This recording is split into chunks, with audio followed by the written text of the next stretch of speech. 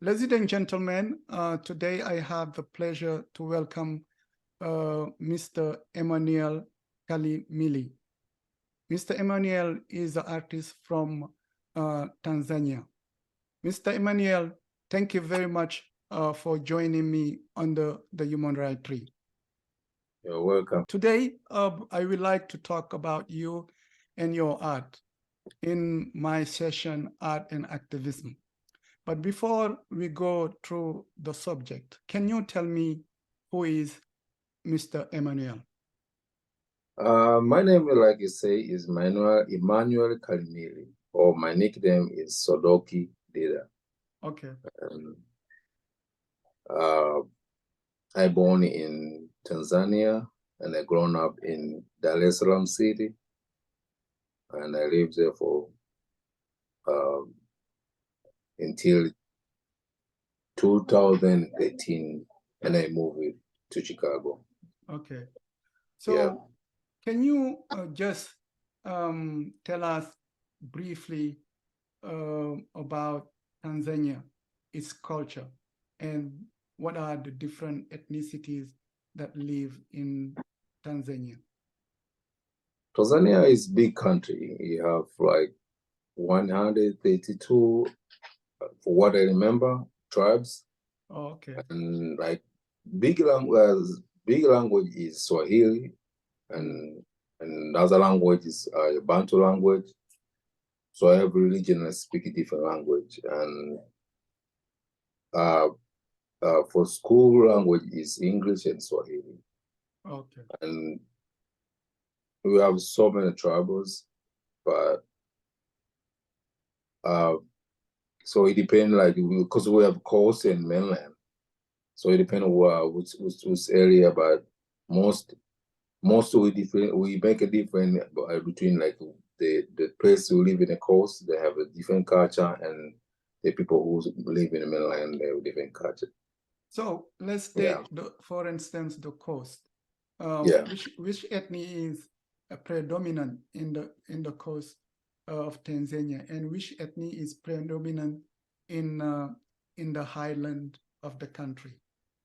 So most people coast, they good most in a business, because they met with the different people, because like before, people were come by used by ship, like traditional. So they good in the business, and they good in like in the fishing and the stuff, because they use the coast to get it like a daily bread.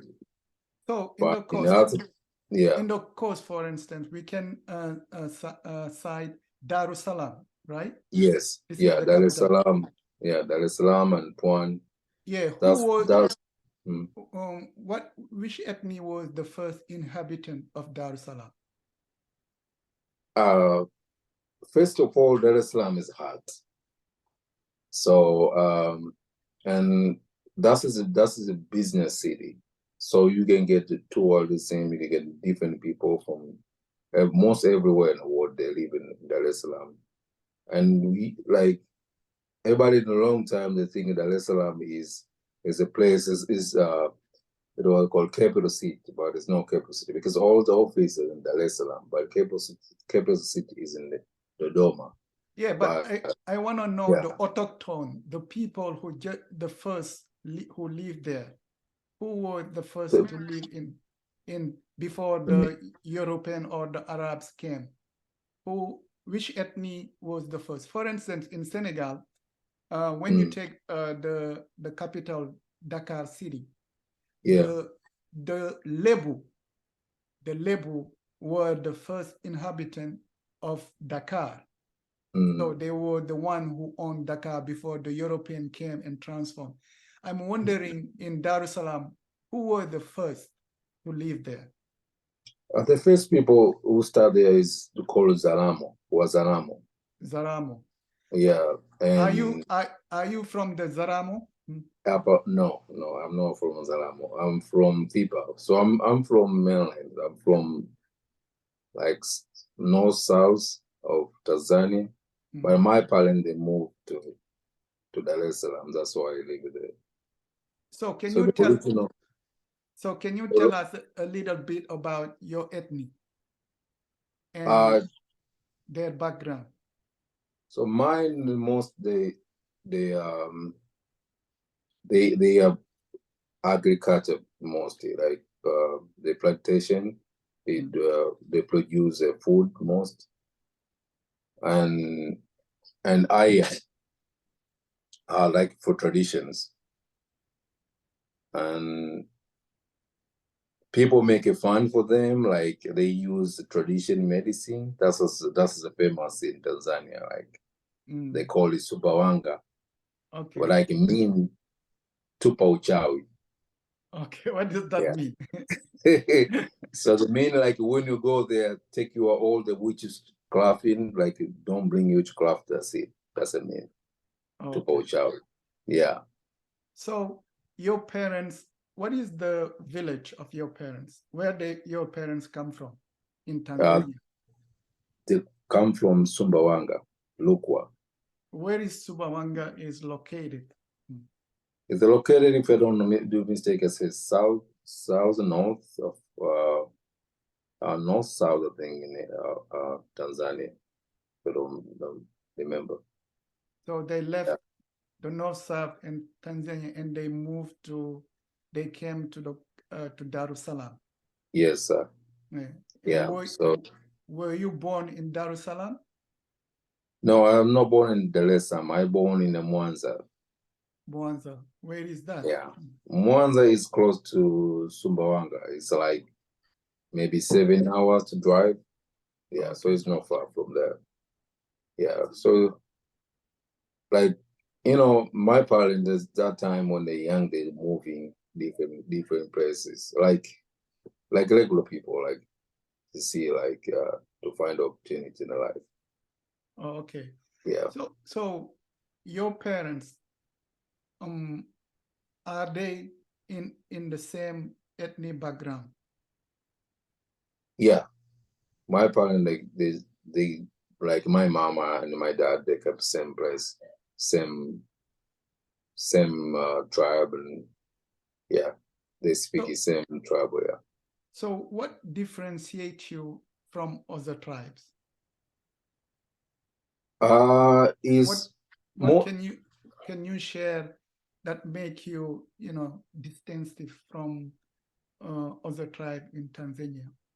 Most is Bantu language, because Tanzania, everybody speaks Swahili, like you're supposed to speak Swahili, but you make it different when speaking like a Bantu language. That's it's different, and it's like there's, because you speak it Bantu language, there's different little bit when to speak Swahili. Like for each year when to speak Swahili, I can know you where you're from. So the tonation is different a little bit for every city.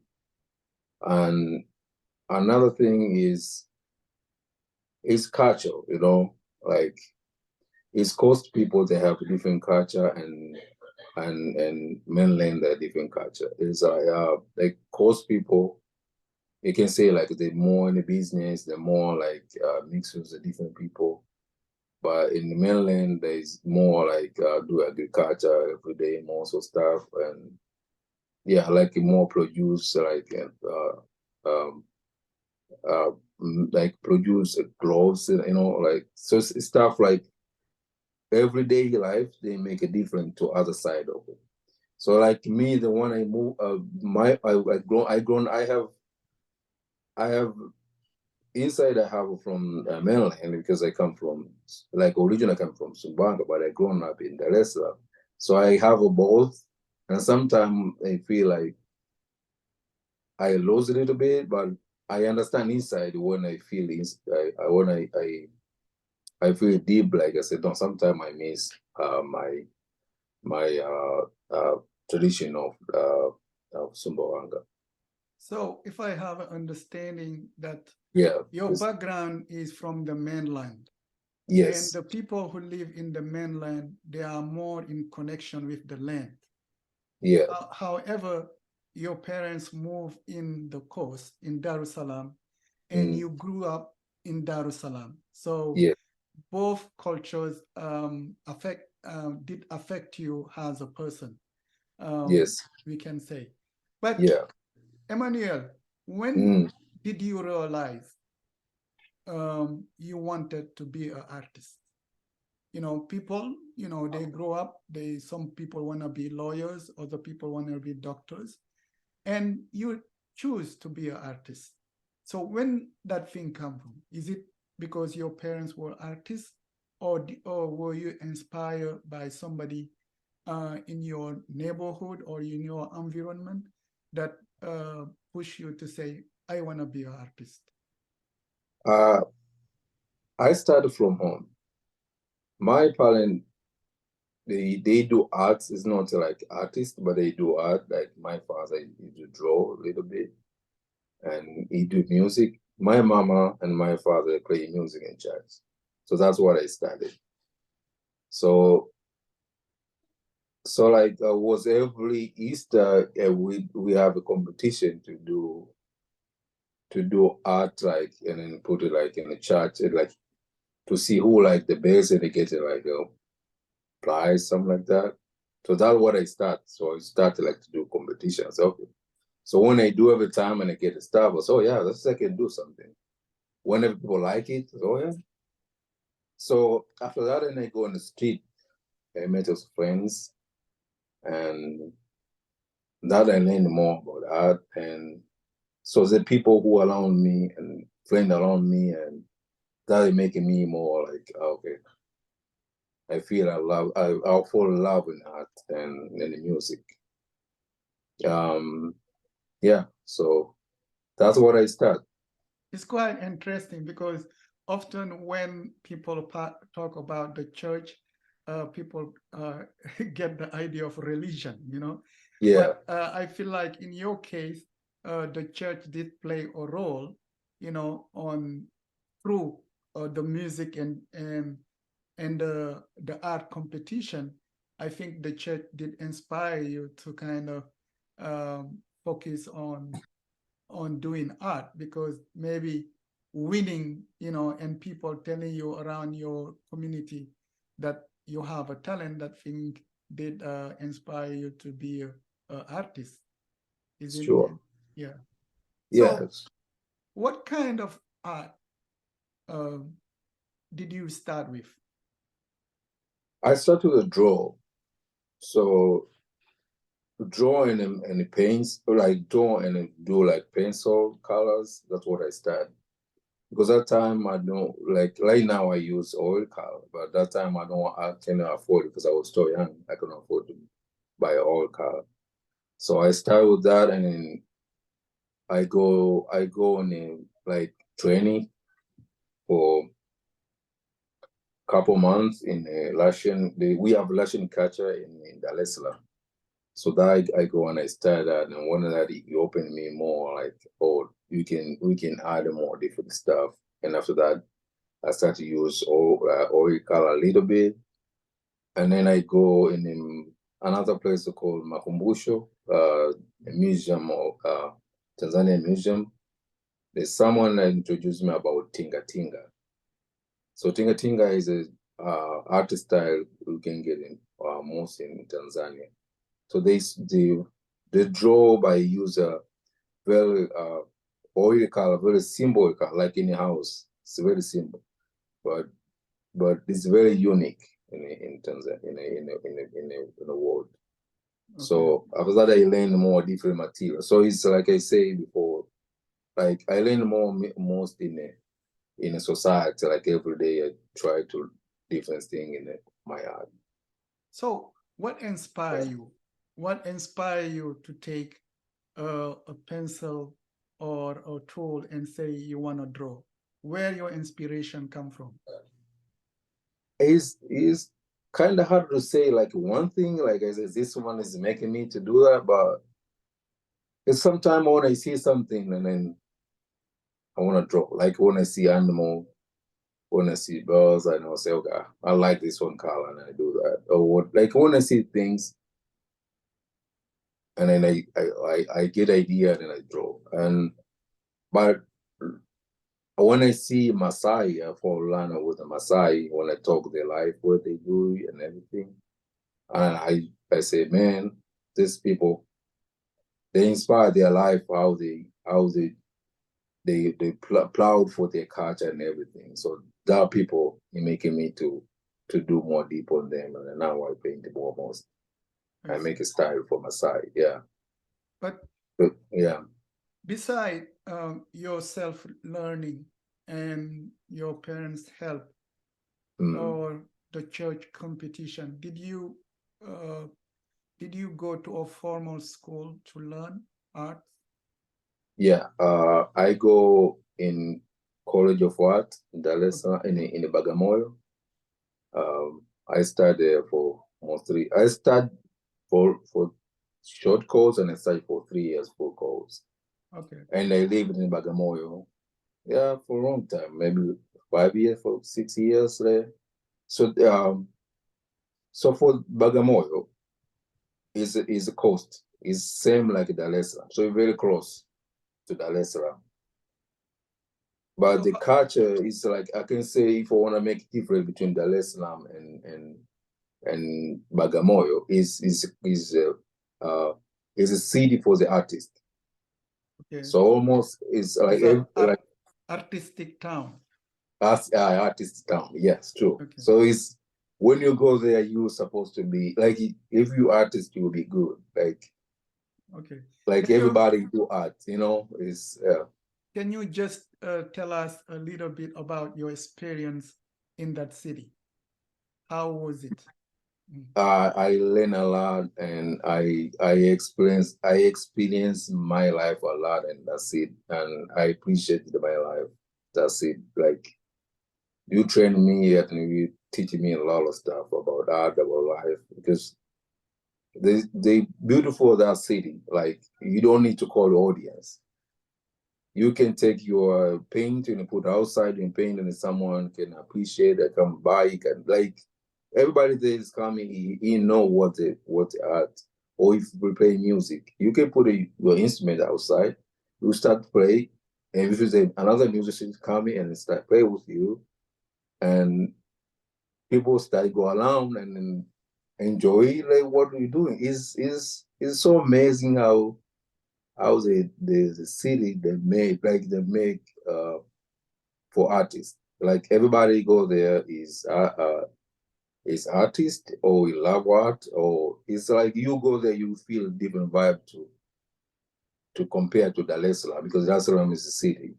So everybody is kind of busy. It's kind of a little bit, I can stay and look in your art, or you can stay and look at all the music, but in Bagamoyo, everybody come and appreciate. And he can say, like, if you're good, I say, oh man, you're good, you need to do this. Someone is not artist, but because he see everyday artists, and then he can say stuff like you cannot imagine. Oh man, you can do this and this can be better.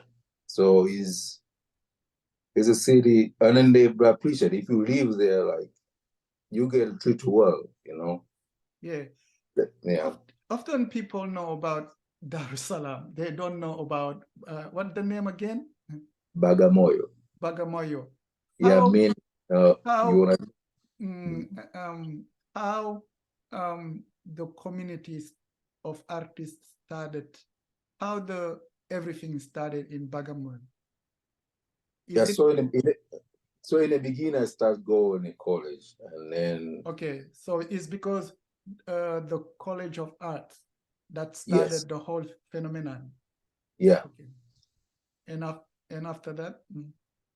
Yeah. So, and the College for Art, the way it starts is like is because the first president of Tanzania is Julius Kambarage Nyerere.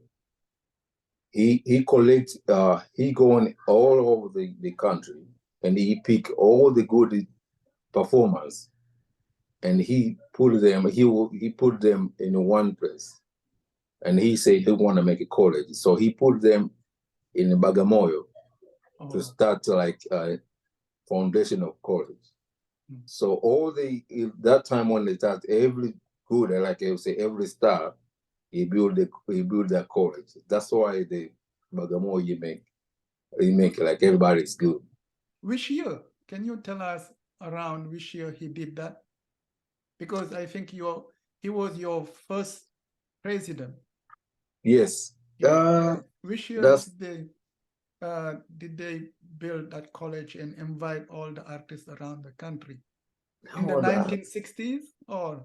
kind of, yeah, kind of. Okay. It's yeah, kind of, yeah. Yeah. But in many ways, as a student, we always have a teacher that Yes. leave his or her print on us. Can you tell us one of your teacher that really inspire you in your art? Yes. There's so many teachers, you know. Yeah, you can go ahead Yeah. and cite them too. The Masawe, there is what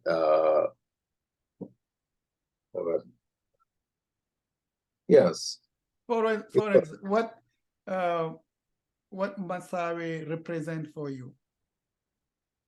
It's my teacher. He show me like some more technique. Okay. But to be honest, I get the more stuff for playing too. I cannot forget them. Like because after I go college, I go on the street. Okay. I have a friend, the one that showed me a lot of stuff, like Malulu means.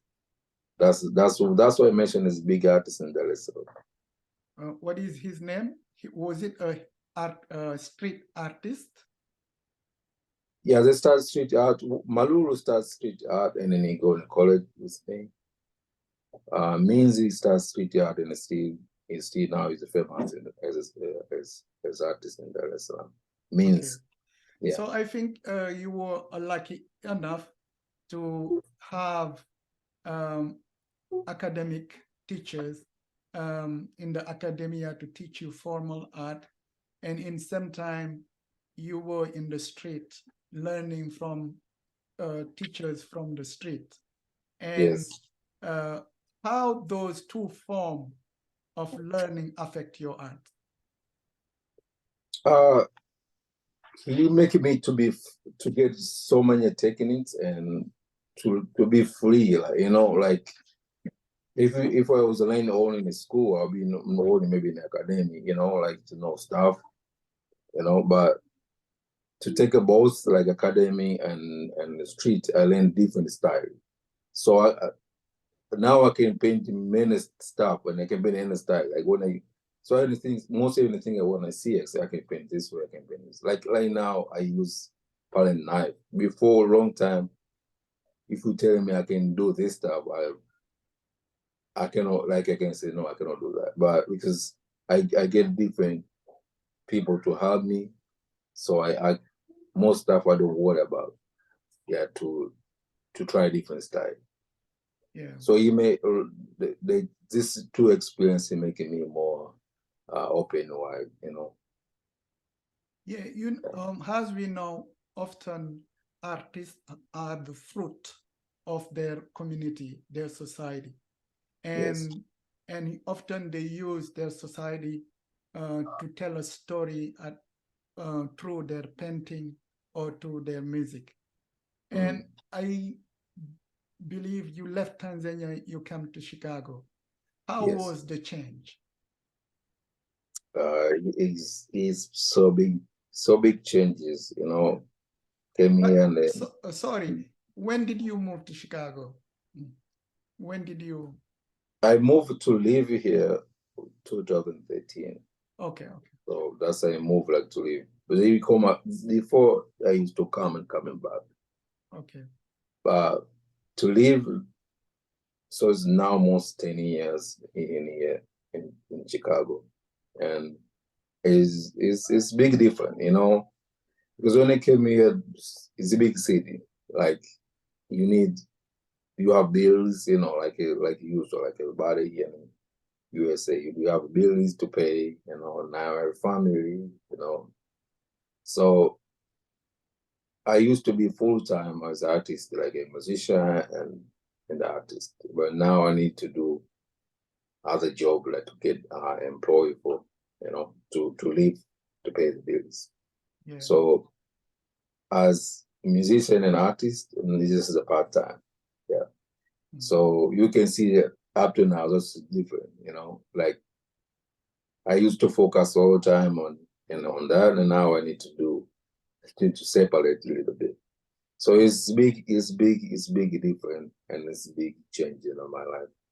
So you find yourself having many responsibilities, a family to take care, but in some time you want to follow your ambitions to be an artist, and you have to find a middle to make it happen. Would you mind show us one of your work and give us through the process? Sure. I have couple stuff, like this is realistic. Okay. If you can see. What is the name of the painting? This is called Ndege. Ndege, what does that mean?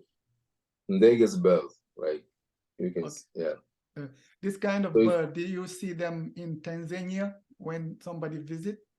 Yes. Oh, okay. So this is oil color. It's a palette knife. Okay. So nowadays I don't use a brush. Most of the time I use a palette knife. Okay. And this is abstracted. Okay. Nice. I don't know if you can see well. Yeah, I see. What is the name of this painting? This is Life. Okay. Life? Yeah, Life. Okay. And so this is one style of Maasai. So this is Maasai now. Okay. So Maasai, this is the people. Did you have the chance to live with the Maasai? Yes, sir. Okay. I live with them, like and I share, like I do interview, I do research a little bit with them. And yeah. What did you learn? What did you learn from them? I learned how the culture, the culture is they never stop never stop leave the culture, like the way they eat. So because Maasai, the way they dress, they not dress like, like they dress like only one piece of clothes. And sometimes like a free, like sometimes like if we go on a village, they don't wear underwear, like just free. So it's and then they eat meat and milk most of the time. And they're hunters. So and we have another tribe close to them, Mangati, and them they live more far, and you can never see it down there like in the city. I see. So as a Tanzanian artist living in Chicago, can you name few challenges you face? So couple challenges. It's not easy to be artist full time, like because of the bills, right? I said before.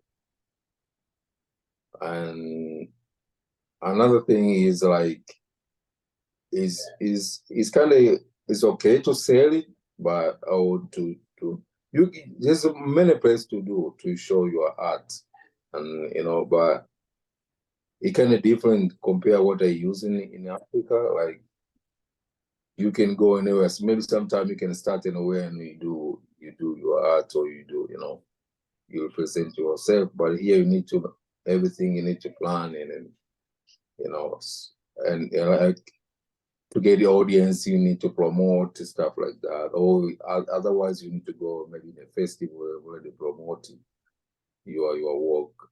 So it's kind of more advanced life is a benefit, and this but it's more opportunity, I can say, here if you get a chance to succeed. Yeah, but I know despite the challenges, you keep working, Therefore, can you tell us one of your projects you're working on? We only have a few seconds left. So now I have big projects. I'm going to do a festival, Greenwood Festival, in May, in a September. And you're working you're working on that festival. Yeah, I'm working a festival. So most every year I get a chance to do my exhibition there. So now I start to prepare a couple pieces to do that. So yeah. Emmanuel, again, we're running out of time. Sorry. And thank you very much for joining me under the Human Rights Tree. I really appreciate your time. Oh, thank you.